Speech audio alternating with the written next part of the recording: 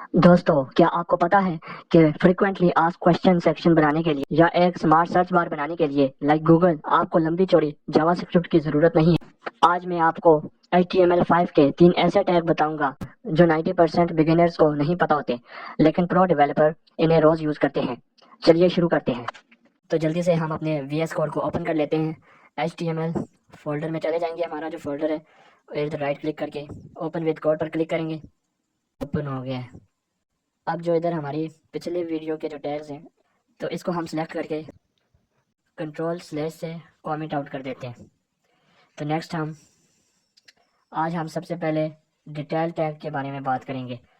Detail tag असल में क्या करता है, जैसे कि आपने गूगल पर कोई भी क्वेश्चन वगैरह सर्च किए हों, तो उधर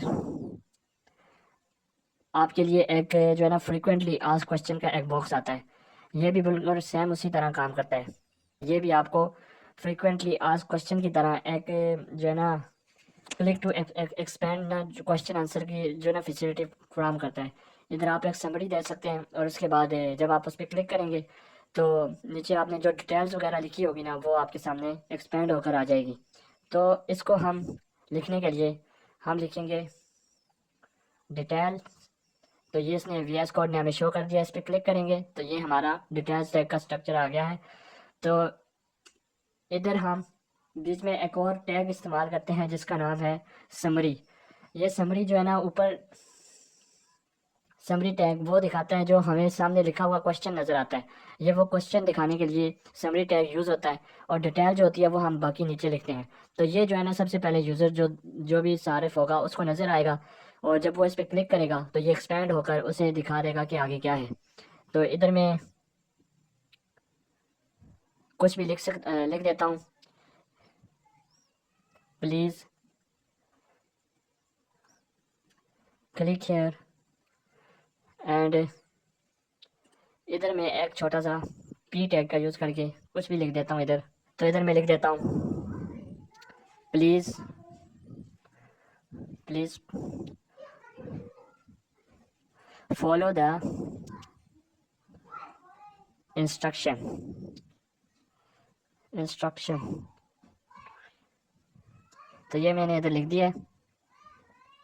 तो अब ये डिटेल टैग्स हमारा कैसे काम करता है वो देखने के लिए हम ये इधर गो लाइव पे क्लिक करेंगे, तो हमारा जो वेब पेज है वो खुल जाएगा ब्राउज़र पर।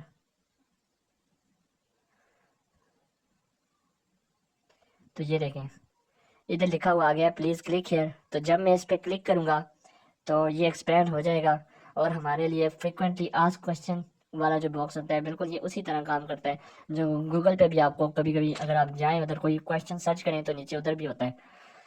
तो बिल्कुल ये ऐसे काम करेगा। अब VS कोड में हम दोबारा आ जाते हैं। तो आज हम इधर एक और टैग्स के बारे में भी बात करेंगे जिसका नाम है डेटा लिस्ट टैग।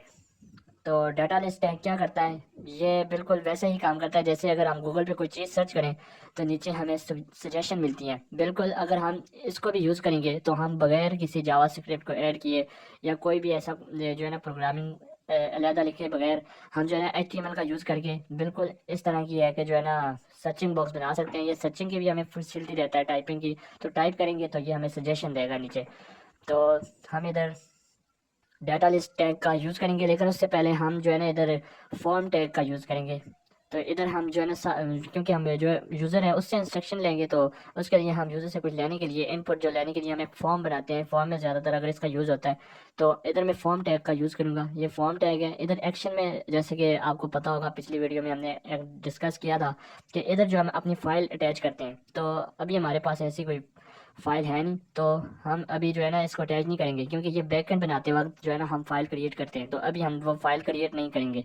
तो इसके अंदर हम एक और टैग का भी यूज़ करते हैं जिसका नाम होता है, इसके अंदर हम एक और एट्रीब्यूट का भी यूज़ करते हैं जिसका नाम होता है मेथड। तो वो भी हम अभी हम यूज़ नहीं करेंगे। तो अभी हम हमारा जो मेन जो हमारा पर्पज़ है वो ये है कि हम डेटा लिस्ट टैग को यूज़ करें। हम इधर जो है ना एक सबसे पहले इनपुट फंक्शन का इनपुट टैग का यूज़ करेंगे। इधर मैं लिख देता हूँ input click here and let's write here list। तो ये जो भी हम अपनी वो डाटा लिस्ट जो डाटा लिस्ट टैग है उसको यूज़ करके हम जो लिस्ट बनाएंगे, तो उसको हम जो नाम देंगे तो वही नाम जो है ना हमने इधर जो है ना पेश करना होगा। तो इधर मैं लिख देता हूँ, फ़र्ज़ करें कि मैं इधर लिख देता हूँ ब्राउज़र्स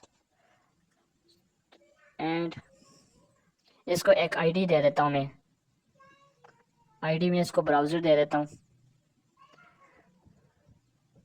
एंड इसको एक नाम भी दे देते हैं। नाम जो है ना बिल्कुल वेरिएबल की तरह काम करेगा। जो हमारे फॉर्म में डाटा को जो है ना मतलब जो हमारी फॉर्म के अंदर जो जो भी हमने फाइल ऐड की होगी एक्शन में, तो उसमें जो है ना डाटा को स्टोर करने के लिए ये इंस्ट्रक्शन देता है नेम। इसमें हम जो भी लिखेंगे ये एक नेम एक वेरिएबल की तरह ही काम करेगा। तो ये हमने लिख दिया इधर। अब हम अपने डाटा लिस्ट टैग का यूज़ करेंगे इधर, data list tag, click here and press enter. And इधर हम जो है ना अपनी जो भी लिस्ट होगी उसको ऐड करने के लिए हम ऑप्शन टैग का यूज़ करेंगे और इधर हम वैल्यू में जो भी है ना अपने उस ब्राउज़र का नाम दे देते हैं। तो ब्राउज़र में हम उसका नाम दे देंगे, let's write here as and then control V and then again control V. तो इधर हम नेम थोड़े बहुत चेंज कर देंगे। तो इधर एज की जगह हम कर देते हैं फायरफॉक्स एंड इसकी जगह हम कर देंगे क्रोम।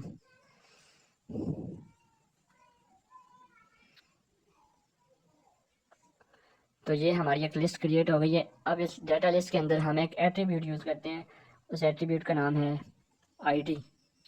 तो इसको हम एक आईडी देंगे, आईडी का हम वही देंगे जो हमने इनपुट लिस्ट में जो है ना लिस्ट को जो आईडी दी होगी वही हम इधर देंगे। तो इधर हम ब्राउज़र्स लिख देंगे। तो अब ये जो है ना हमारा डाटा लिस्ट जो है ना इसके साथ अटैच हो गई है इनपुट टैग के साथ। तो अब इधर इसको मज़ीद बेहतर करने के लिए मैं ऊपर एक लेबल बना देता हूँ।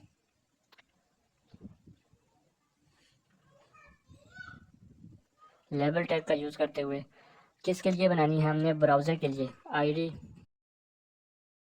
ब्राउज़र के लिए बनाना है हमने लेबल। एंड इधर हम लिख देंगे चूज़ योर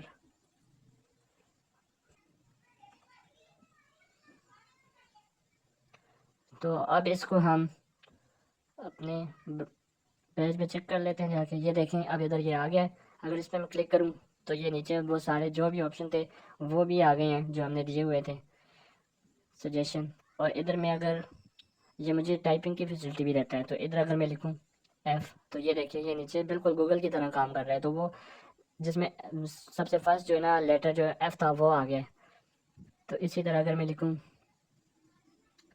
ई, ये देखें अब ये आ गया। तो इस तरह ये कुछ काम करता है। हम बगैर किसी मीन्स के प्रोग्रामिंग लैंग्वेज जो अदर्स प्रोग्रामिंग लैंग्वेज होती हैं मीन्स के